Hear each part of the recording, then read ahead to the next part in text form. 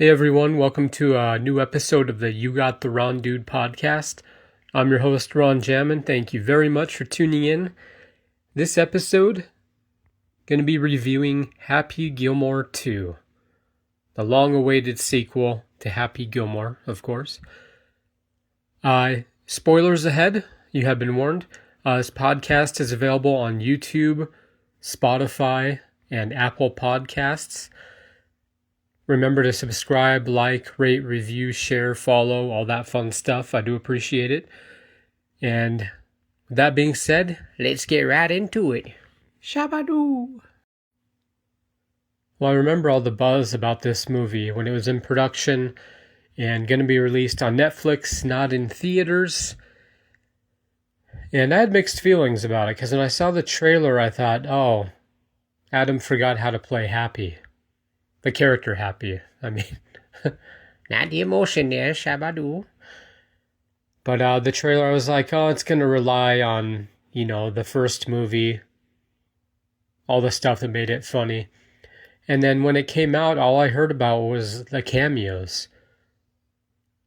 And that, and I didn't have a Netflix subscription for, I don't know, the last couple years or so. But for me, there just wasn't any hype. And with comedies, sequels are tricky. Like The Hangover should have just been that one movie. The sequels are enjoyable. The third one was so dark, more dark than funny, that I think that's what they thought they were making with the first one.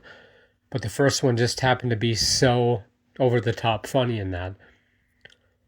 But I'm glad I watched Happy Gilmore 2 because I think it's not only a great follow-up to Happy Gilmore, but a great comedy sequel. I was really impressed by it. And my notes are all over the place, but definitely give it a watch. Gonna go over everything I loved. The ending, I would have done some more things. But, all the hype I heard was just about the cameos, and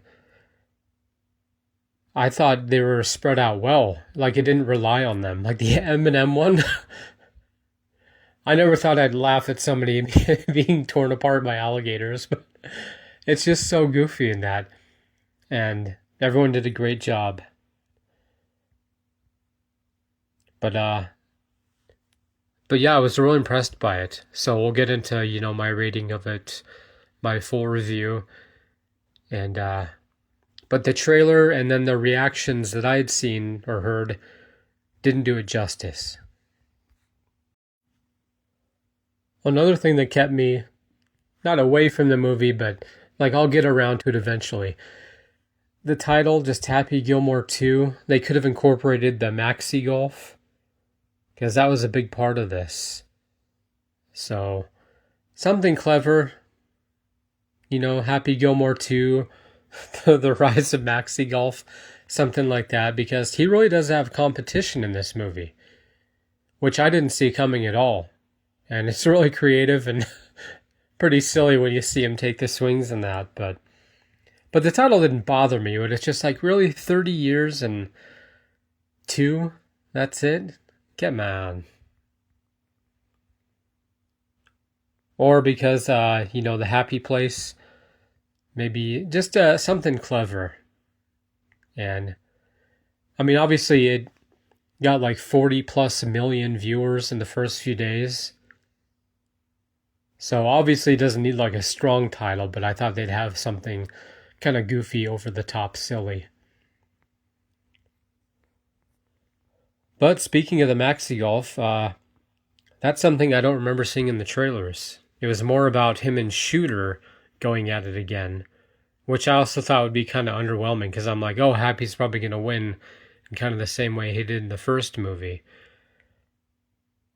But this one, it's set up pretty much a new premise in that. And I liked it, the competitive advantage that these players had. And Nick Swartzen, I always love seeing him in these movies. I thought that his character was going to come back in the end, be like an old man and be really goofy in that.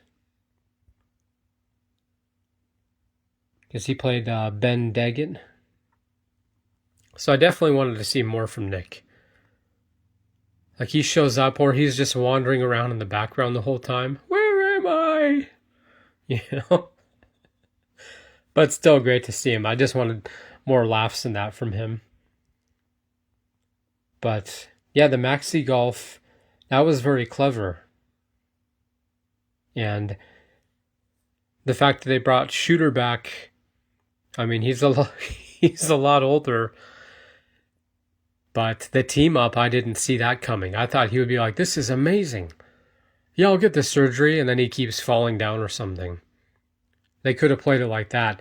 But I like that him and Happy essentially team up to take them down. And that's smart to leave that out of the trailers. But I really like what they did with Shooter McGavin. Even though he didn't really return to his old self. It's still funny, you know, the Maxi guys get him out of that institution. And you think, oh, they're going to take Happy down. But once he sees what's going on, it's like, what are you people doing? So I really like that. Well, let's go over some details about the movie. PG-13, I get it. You want to attract, you know, a bigger, wider audience. But this isn't a kid's movie. And when they started cutting away when Happy would start to curse, I was like, oh, seriously? They made the first one so funny, but it works on this one. So, no F-bombs, as I remember, because if you do more than one, then you get an R rating. But they still threw around some curse words in that. But it works for this. It's a really funny movie. It's that classic Sandler one where you got these side characters doing goofy stuff. You cut to them and then back to him. And it works really well. Now this does not sit well with me. I looked this up a few times because I'm like, well, there's no box office return because it was on Netflix. Because I thought when I read 152 million, I was like, oh, is that opening weekend? Because that's pretty good. No, that's the frickin' budget for the movie. Now, when comedies go over 20 million, I'm like, really? We're not talking about a lot of set pieces or CGI or anything, or, oh, how do we edit this thing together? Now, this is a great looking movie, and it's nothing against it. But that's a whole lot of dough. That's ridiculous. Now, a big action drama, you got a lot of set pieces, I get it. Now, not to undermine Sandler, I understand his paycheck for this is probably ridiculous. But especially, you know, with his Netflix deal. But that's so much money. But then you look at how many viewers it drew in within the first few days, 40 plus a million. And then say if they went to the theater, like this movie would have made its money back, I'm sure. Especially with marketing, I'm not sure what the budget on that is. If it's equal to the production budget these days, if you're on a streamer. But I'm not complaining. I mean, the movie is hilarious. It's great. And I would watch it again. And that says a lot about a comedy movie sequel. Because the first one has the blueprint. This one takes it and it elevates it. Which is great. But 152 million. But you know what? I'm going to let it slide. It doesn't affect the rating of the movie or anything. Speaking of rating, on Rotten Tomatoes, 61 critics versus 64 audience score. And I was thinking about it over the last couple days since I saw the movie, and I was like, maybe a 6.5. But I'm actually going to give it a 7.5. Because I had written down, does it compare to the original? I wrote it down in my notes here, and I put a question mark by it because I wasn't sure at the time, and it's not better. I think it's definitely got a bigger scale to it because of the whole maxi golf thing, the brightness and the colors, and it's beautifully shot also. And it's just bigger and louder. And I don't think it matters. I don't think it's better or worse. I think it holds up right where the first one is. Because the first one you can watch all the way through. You don't skip anything. Happy's just relentless. And in this one, he lost Virginia, which is sad, but the way she died and the 4 sons and the daughter, the 4 sons with their, I don't know what you call it, the broccoli hair, and they're just rage machines, and it's hilarious, and I was like, that is perfect. Not her death, the 4 sons, and then you have the sweet daughter, and I was like, that makes the sequel. That's one of those things I didn't even consider. I don't think in the trailers we saw the kids or anything. But with Virginia, it's like, well, he's still, Mr. Gilmore. Meaning that he doesn't give up or anything. Like, he's still a fighter. And seeing him at 58, it's like he's just, these days, that's not considered old. I mean, the biggest podcaster, is, almost 60? And people don't talk about his age. And Sandler looks great for 58. Or, I think he was born in 66, so he's going to be 60 this year. And it's just nice because you don't feel bad for the character except for the loss of his wife.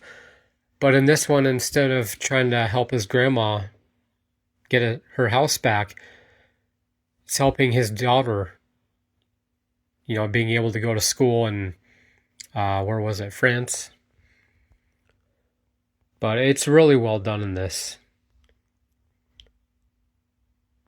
And, stay tuned after the first chunk of credits. There was another scene. Shout out to director Kyle Newacek. I had to look him up because I'd never heard of him. He directed another Sandler movie, that murder mystery, about 7 years ago. And this is just a great movie. Perfect pacing in that. And edited really well. And I like all the colors in that. And I hope he directs more Sandler movies in the future. Fun fact, Mr. Newacek is a pro pickleball player. And I was wondering when I read that, I was like, huh. Because at the end, Happy's sons go with the daughter to France. And I wonder if one of them, when they come back, will say, Dad, I joined a pickleball team. I wonder if that's a setup, if he'll incorporate that. And I'd love to see Happy Gilmore 3 at this point, especially with the sons and that. He can pass the torch if the Sandman wants to do that. But just a little fun trivia there. Well, I was a bit confused in the beginning because when Happy goes to the AA meeting, I thought that was his daughter there who was talking to him. And because her and his daughter in the movie look a lot alike. And in the end, they look at each other and she's like, you remind me a lot of my father. And they look away and look back and I'm like, oh, are they going to smash? What's going on here? Now, afterwards, I looked up the credits and the girl at the AA institution, facility, whatever you want to call it, that's his real life daughter. I said, shame on you, Shabadoo. What were you thinking? So I think those two should have had different hair colors. The daughter and the girl at the AA meeting. But I don't take away points or anything for that. I just thought it was funny. I'll look it up and like, oh, that's your kid, okay. And also, at the end, I wanted there to be a conversation between Happy and Shooter. I don't remember that happening. Kind of a wrap-up. Because you watch it and it's like, oh, it's nice, Shooter took his side and everything ended well. Got the house back, money, the car. But then you have him and Shooter shake hands, smile for the cameras and that. And then they kind of face each other. Shooter leans in like, "This isn't over, Happy. You ruined my life." And just for the record, leans in even more, like awkwardly, "I do eat pieces of shit like you for breakfast." Happy's like, what's that? Nah. Set up 3. Because you figure, like, well, we're going to team up to take down Maxi Golf. But we're not done. So I wanted to see that, or at least a good send-off for Shooter. Maybe something silly. Or when they're going after Hal. Shout out to Ben Stiller. They made good use of that character. It wasn't just a cameo. He had a few scenes in that. When they're chasing him down, then have Shooter, and he stops like, "This seems very familiar." And they're all chasing him. But still, I like the ending where Happy looks up and sees everyone who's passed and that. I also like that they were all buried in the same area, the same lot. I almost forgot. I like how Happy was hiding booze all over. That was really funny, really clever. Because they're having a conversation and she's just emptying everything, and the cuckoo clock and the hand sanitizer, that cracked me up. They kept drinking that. Because that's all the stuff you throw in these Sandler movies where you're just like, what? Cut to them drinking that stuff, and it just makes it all the more funnier. So that was really clever. I don't know who came up with that, but shout out to them. Well, that's going to do it for my review of Happy Gilmore 2. Electric Boogaloo. So I did want to see more from Nick Swartzen's character. And then the daughter and the girl at the AA meeting, have them look, a little different than that, but those are things I just wanted to see more of or change. And the ending with Shooter McGavin, maybe a nice send-off, set up for a sequel. But I really enjoy this, and like I said, I'd give it a 7.5 out of 10. And I'm up for a Happy Gilmore 3. I know they're working on a Grown Ups 3, I believe right now. Another one that's going to drop on Netflix, but good for Sandler. I mean, good gosh. The amount of movies and all the hits, and it's just amazing. So with this, I'll give it a talk about a hole-in-one. And 30 years, it seemed a bit soon for a sequel, but no, I'm just joking. But anyways, thanks for listening. Podcast is available on YouTube, Spotify, and Apple Podcasts. And let me know what you think. Leave some comments. I'd love to hear from you. My socials will be in the description. And I will see you next time on the You Got the Wrong Dude podcast.